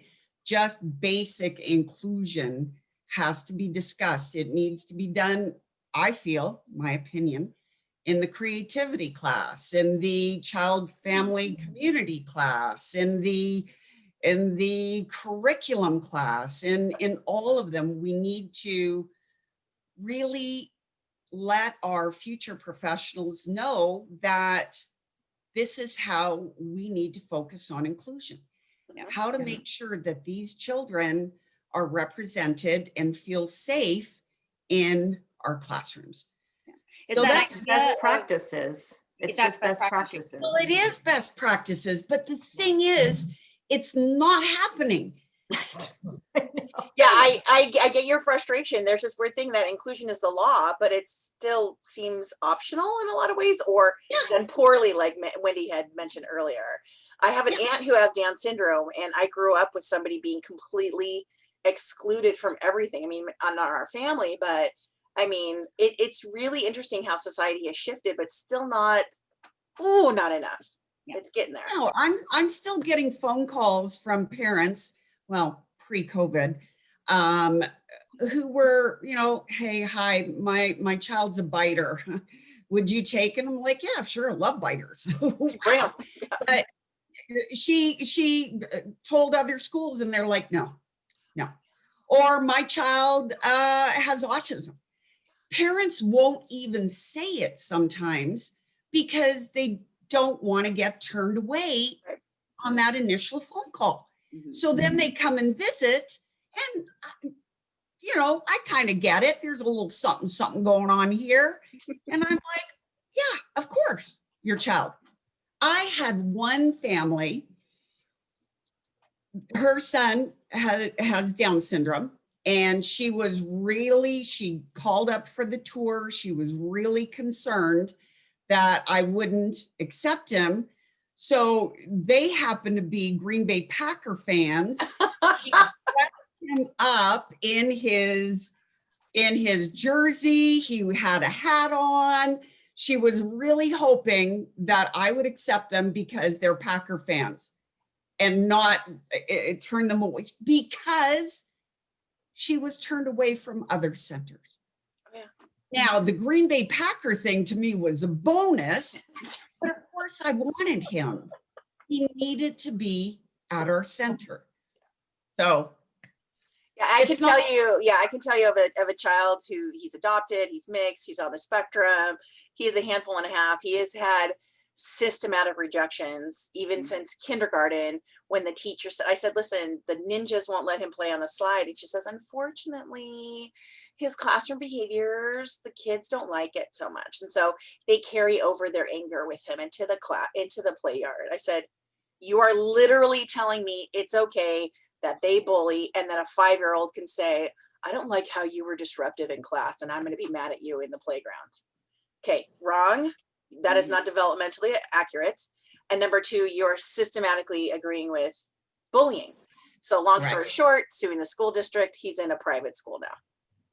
Yeah, but that took 10 years. It took 10 years because of his systematic rejections and his suspensions. I mean, he got suspended one time for going like this at somebody. A 50-pound, 7-year-old. Congratulations. You guys need to pull, you need to pull together. And so again, the systematic rejection of all over the place is ridiculous. I just wish that he was around when Darcie, like we could have put him in there. He would have been great. It's like, but now, he's got to be in a school with 100 kids. And by the way, they still have bias there because he is still different than even putting them all together. one kid with autism is not like every kid with autism. And, he's got some extra special stuff in there. And then add in the mixed race and add in his, sexual orientation. He is kind of a mixed bag, and the rejection can happen constantly. And yeah, parents are terrified right now. Like, I'm trying to provide this, opportunity or this life for this child, but then everybody else is saying yes, no, yes, no. I mean, it's really interesting. It's a really interesting thing out there. So again, thank you, ladies, for all the work that you do every single day, consistently, day in, day out, not just, again, what you do, who you are, and the things that you provide the space for, not just the kids, but the families. That's huge. That's huge. Because when our children are rejected, we're rejected too. I had somebody tell me when she was mentoring me on inclusion years and years ago, and I wanted to have all the children, and they were saying, well, you need to be careful, because if you accept too many children with, and we use the terminology special needs, then you become like a special day school. So you really have to, kind of keep those checks and balances. And she said, Darcie, you're not going to save them all. And I said, you know what? You're right. But I can save one at a time. That's right. The ones that are in my bubble. That's correct. And they will land there, but the ones who do get your benefit. I love that. Yeah. Well, Yeah, it's stuff like Wendi, I'm blessed to have a teaching staff who are all on the same page as we are. So, and we're like the island of misfit toys. We do not look like normal teachers. We relate to our kiddos. But this whole conversation is that evolution piece. We're discussing moving towards teaching to diversity, looking at humans as neurodiverse people. This whole conversation. So if we can get in that mindset that everyone has neurodiversity, then think how our approaches would just be so much different. Shelley Moore's onto something. Yeah, it's always puzzled me why we are all different, yet we're all striving to be the same, and it makes no sense when our differences is what makes life worth living. And at the same time, we're like fearful of differences. And I understand parts of our brain are kind of wired for safety and whatnot, but there's this thing where, we have evolved. We are in a modern society. We can have these conversations. And if people just stop for a second to realize that our differences are what makes life beautiful, there's no way, honestly, if even we all know twins are always different. And even if I had somebody who's exactly like me, I'd be so irritated with her on a constant basis. Like, I'd be like, no, stop that. Right. That's just, no, but here's the deal. There is nobody like me on the planet. There's nobody like you on the planet. And that is amazing. That is a great thing. So why are we finding differences and ugliness in that difference when, in fact, thank God you guys are different than me, because I couldn't stand more of me for one more second. Like, especially during COVID, it's like, shut it off. All right. So we have a question here. Oh yeah. Do you encourage parents to teach their young kids the proper terms for their genitalia? Yes. Yep. We, point your penis down into the water, wipe your vagina. Yeah, it's really, you don't hear the kind of things we talk about in an office cubicle.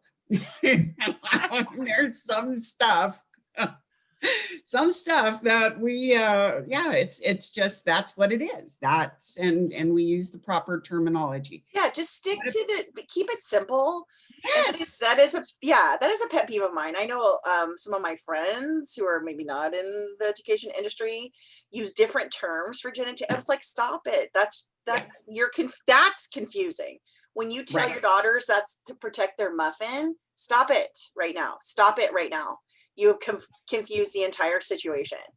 So sometimes I think, though, that the words that parents use for genitalia is very culturally influenced absolutely. Too. So it's accurate within their families. Absolutely. Of course, there's always a cultural piece to this. Yeah. But again, if we're just trying to keep it simple, and again, if we remember the developmental piece where children really only ask the questions that they are able to process, they're not asking for what, you know, what is a penis and what is a vagina. They're not going down that rabbit hole. They just need a label and move on.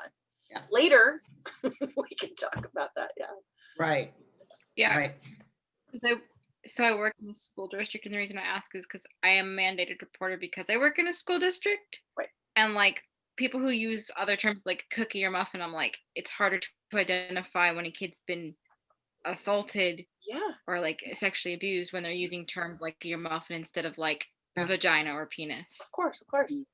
And Yeah. yeah, of course. And keeping it nice and simple keeps the confusion out of the business. But at the same time, it's hard. There are a lot of pieces, and again, sometimes those cultural pieces are going to be stuck forever, and sometimes there's an adjustment that will come to the middle. Somewhere will a happy medium, but Yeah. just one day at a time, one conversation at a time, one child at a time. Okay, and you had another great question. What about talking about and addressing stereotypes presented in the media? Oh man, that's a big. Oh man, that's a whole nother Saturday. Yeah, that's that would be. That would be, unfortunately. My We do- suggestion there is misrepresentation as a documentary and the mask that we live in. I can put that in here. I'll put that in the chat. Yeah, that'd be great. Those are fantastic. Fantastic. Any other questions or comments or anything? So Yeah, wherever. I have a question. Oh, hi. Sorry, Darcie. Hi. No worries. I do have a question for you. One thing that's been like sitting on my heart this whole conference Zoom has been, so I took this course, Professor Laney, on supporting and empowering families. I think it's Child Development 207 at SAC. Yep. And yeah, it's the 207. And one thing that we learned in that class is that, and correct me if I'm wrong, this was like a couple years ago, so I may just be totally blowing this, but it was that we should suggest and instead of order or directly say, and I'll make my point why I'm even bringing this up, when speaking to families, we should suggest behaviors that we wish to see in family environments. So I'm bringing this up because of the frozen dress situation that you mentioned, or to the hypothetical situation, Yeah. so be it, whatever, where if it were to be a case where a family comes to pick up their child and a boy or a girl, whatever, is being open and free and expressive in the opposite gender, and how do we go about having that conversation with being suggestive instead of saying, like how you were, and I love how, Darcie, I think you were the one speaking, so don't get me wrong, I'm even harder than you. I'm very passionate, and I come off more aggressive sometimes than assertive, so I'm working with that. But so no, that's not, I'm not even touching about that. I'm more asking, how do we go about suggesting instead of ordering or commanding, being mindful of people's ethnic, cultural backgrounds and religious aspects. Like I remember one thing that Professor Laney covered was like we have to be mindful of like different religions and and so this is, I'm just like, there's a lot. Yeah, there's a lot to unpack there. thinking out loud. But I see where you connected it to when Darcie said, Yeah, we tell them it is okay. So maybe expand on that part. okay. I would say something like, isn't it wonderful? Isn't it wonderful that, you know, that they're exploring, they're trying on different behaviors, they're having fun because they're children. And, you know, this is how they play and try on different roles. Isn't it wonderful that your child is embracing learning about differences? So I don't really know if I would get any kind of feedback from that comment. Yeah, it's interesting. I mean, again, everyone's going to react differently. So I like how Darcie really just looks at it in terms of, hey, listen, it's childhood. It's fun. Like, I mean, honestly, I talk to older kids about this, you know, when they all want to be all grown and things like that, especially my 13-year-old. Oh, I'm an adult. It's like, listen, you got the rest of your life to be an adult. And I know they're not listening. I know this. You have the rest of your life to be an adult. Let's just be a kid for a little bit. Let's have fun. Let's just explore. Let's not take everything serious. Yeah. And I think a lot of times parents do jump to that. And I'm like, whoa, let's reel it back in. Let's look at what age they are and where they are developmentally. Darcie, I was just going to kind of tailgate off of what you were saying in response to your question, Eleni, is that when I was working at a preschool program, we had put nail polish out for the children. And there was a little boy who came over and he painted his nails. I don't remember what color it was. And his dad was the one who picked him up. And his dad had a fit that his son had nail polish on and demanded that we take it off before they left the program.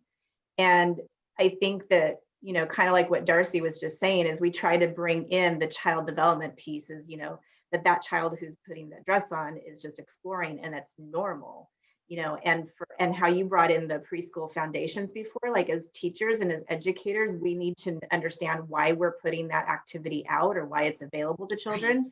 So we were able to say to the dad, like, oh, it's a fine motor activity that was available to all the children. We're not forcing the children to put nail polish on. This child came over willingly and wanted to put nail polish on, and it's eye-hand coordination.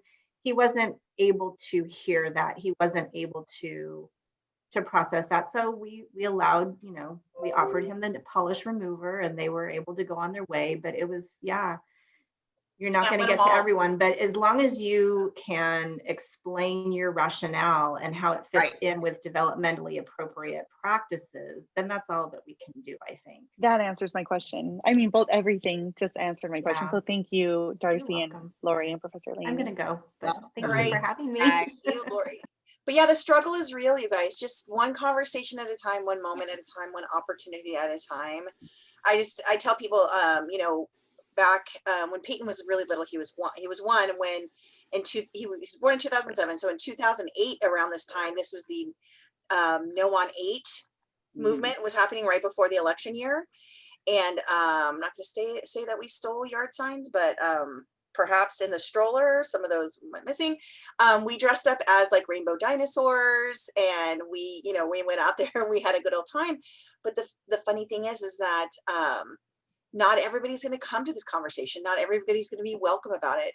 I was really, one of the things that warms my heart is that in our family, we have kind of a multicultural family where all the grandkids are adopted. And my sister-in-law's husband's father, like Japanese, like old school, like Japanese, he said, you know, I don't understand why this community is fighting for marriage. What's the big deal?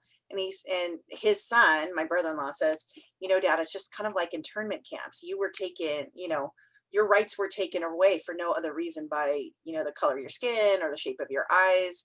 You can't, in this country, take one right away from a group of people. That's not okay. And the older, you know, gentleman said, you know, I may not understand it fully, but you're right. We can't treat people differently. It's the law. I might not understand. And I mean, he's like in his 80s, and I was like, oh. And he's like, I'm getting it as far as I can get it. And I was like, that was just a beautiful moment.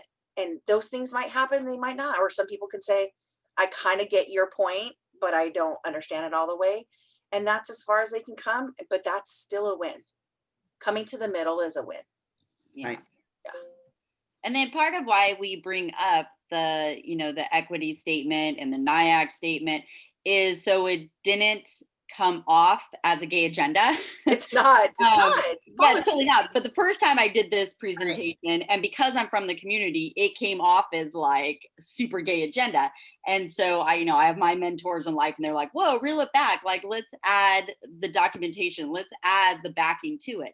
So now you have this presentation now that, you know, the California Foundation support these books. You can have them in your classroom. You know, you can have these discussions in your classroom. Yeah, so as a teacher, if you have that backing, you understand, you know, the code of ethics, you know, the equity statement, it just supports your work in diversity. So good. So good. We good have some really good questions in the chat.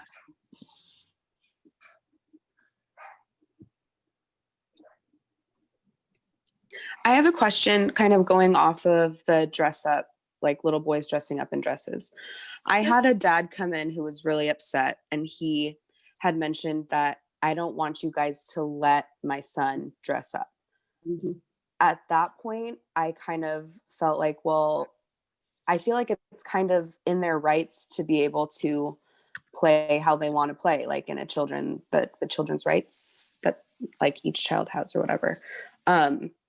So it was hard for me to, like, what do you do at that point? Do you have to listen to the parent? And like, if the child starts putting on a dress, be like, oh, sorry, we can't play with that because dad doesn't want us to? Or like, what would you do at that point after explaining this is completely normal? All children are just exploring at this point. It doesn't mean anything one way or the other. Like, what would you do at that point as a teacher? Well, I would then have the teacher talk to the director, and then hopefully the director, myself, would have a conversation with the parent. Ultimately, though, if the parent was in that much disagreement with it, we would have to, I guess, follow. Redirect. Yeah. No, Yeah, and I like that you said basically check your role first. That was, we did talk about that in 2-7. It's like, you feel like because you had a conversation with a parent and you're like, oh my gosh, you feel like a little bit like deer in the headlights. It is your supervisor or director's job to make that ultimate decision, right? Okay. And then again, depending on what she or he says, I would say redirect. Kids are easily redirected, but it's hard to say like, oh, everybody can do this except for, little Tommy. It's like Right. super Yeah. awkward. And if it's really not in the policy, and maybe you can find a halfway point for the, parent, maybe you let the kid put on hats and not Yep. maybe a dress. So there's a couple of different ways to go. And it's, I would refer to your supervisor, refer to policy, really see if you can work the parent a little bit and come to some sort of midpoint. Life's Right. all Okay. about compromise, right? Yeah. Skill for the kids, skill for the parents, skill for Yeah. the administrator. It's not easy, but it's hard. Good. Great questions. Yeah, Evie's got some good stuff in there. And Lo. Oh, Lo gave me some nice atta girls in there, Darcie. So good. Thank you, Lo. Oh, you guys, this is great. Again, what you guys didn't hear is right before we started the meeting, I was talking with, Darcie and Wendi, and I was like, even my husband was like, really, you're doing another class on a Saturday? And I was like, this is the stuff. This is the stuff that gets me fired up. I'll be like all jazzed up for the rest of the day. Tomorrow, not so much. But today, I'll be like, yay, this is so cool. And this is a great community and really like fierce. I can already tell you guys are going to be fierce warriors. And if there's anything I can do as a call to action, we can, it's noon and we can wrap it up. But my call to action is, again, one conversation, one person, one child, right? Thanks, Eve. Thanks for waking up early. Yeah. What I'd like to say in closing is, wherever you are in your career, if you are working in a program, if you are teaching at the college level, we reach out to us. Wendi and I are happy to come out. Well, not come out, it'd be via Zoom. But we will come out and do a staff training for you. If you approach your director and you say, I think this is really valuable, we can do this as a professional development day. Let us know, because, or if you are taking other college classes and you feel that this would benefit all the students in that class, talk to your professor. We could come in and do, a little guest spiel. And we talk about this topic. We talk about inclusion, the special populations. You can take my classes. But yeah, we just want to get the word out. And if it's talking to 5 people at the center you work at, we're happy to do that. So any kind of trainings we could provide, any kind of support. If you run into a situation, reach out to Wendi or myself or Marianne. you know, if something happens at your center and you're not sure how to handle it, we love that kind of stuff. Love it. And you know what, we'll talk more about the parenting piece. And I know, like, you know, for you, Darcie, when you always like loop in your parents, you have very devoted parents and whatnot. But I think a bigger conversation could happen now. I think Yes. now parenting has been like redefined times 1,000. And Well, so, I think now parents truly, truly appreciate what we do. yeah, see, silver lining Yes, to they COVID. do. Parents, are you going to open yet? I can't take it anymore. I don't know how you guys did it. You're angels. You're the best. You're, Truth bomb. you know, Truth bomb. Truth bomb. It's like, I'm like, yeah, now you know, right? But I think now that they have a better understanding of, you know, who their children are, stuff like this is going to go a long way in helping them with their, you know, just simple developmental. This is what your kid should be doing right now. So if they're saying no and why and stuff like that, that's kind of their job. And you know, parents are so confused. Why does she keep saying no to me? That's kind of her like one thing in life. That's like it right now. No, like no. So that's normal. And I think parents do get really frustrated when they expect things other than what are typically developed or within a range. well, I feel all parents should take child development or human Of course, development. I think of it's course. important. Almost like we need to couch it into how to get through COVID without, you know, Yeah. for your kid. It's like we can couch it into like, you need child development class instead of that saying he was like, oh, let's help you out with like a chunk of it, and you know, hopefully like. So we'll talk about that. We've mentioned that in our advisory board meeting, perhaps having parenting classes and whatnot. Even if it's a once a month seminar, I'm in. Yep. Just like this, it'll be great. Absolutely. So please, please, please, you know, consider Darcie and Wendi are like go-to gals, but at the same time, we are all soldiers for this. We are all agents of change. We are all pivotal people, right? So again, I thank you both for your time and happy Saturday. And you know, it's the holidays are coming up and we're getting wound up and everything is happening. But please be safe. Yeah. Be healthy. Be kind to each other. Real quick, just so you guys know, the center has mental health services. They do HIV, STI testing. We have a ton of youth groups. We have like young adult groups, like 18 to 25. There's just tons of stuff going on at the center. So yeah, I just happen to work in education and advocacy. But yeah, if you ever need anything, reach out there. We have tons of services.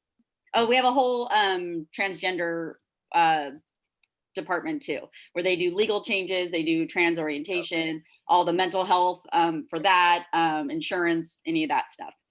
Yeah, and October is Mental Health Awareness Month. Yeah. So please, and that's not just for them, that's for all of us. We all have mental health needs, especially now. Our brains are messed up. We are going on like, I heard the term pandecky. Like I'm pandecky right now because I've like lost my mind in all this like gray area of life. Be kind to yourself. And when I say that, reach out, ask for help. Our brains are doing the best that we can. If you're feeling confused or disorganized or just not at your best, ask for help. Campuses have help. Like every provider has help. Agencies have help. Ask me, ask your teacher, ask whatever. Reach out. We are not alone, even though we are alone physically.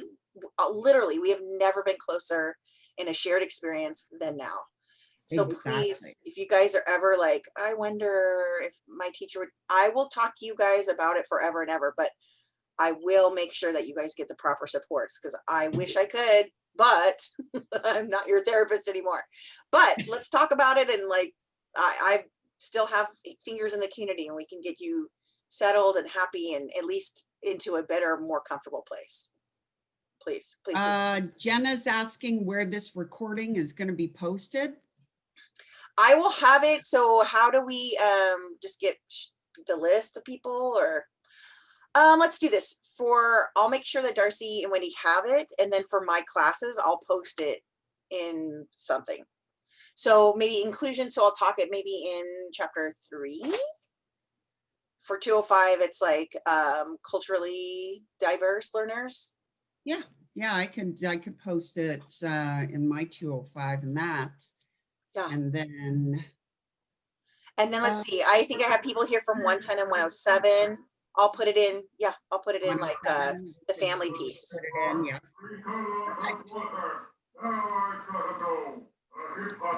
Okay, well, we'll let everybody go because it sounds like our families are asking for us. Again, thank you guys for everything. Have a lovely weekend. Thank you and so much. Thank yeah, you. keep up the Bye. good fight. Keep up the good fight. We are the agents of change. We Thank can do you, it. Professor. Bye. Oh, good to Oh, see you, Manal. appreciate Good to see your you. time. Thank you. Bye-bye. Thank you, Bye, Juana. Hannah. Bye. Bye.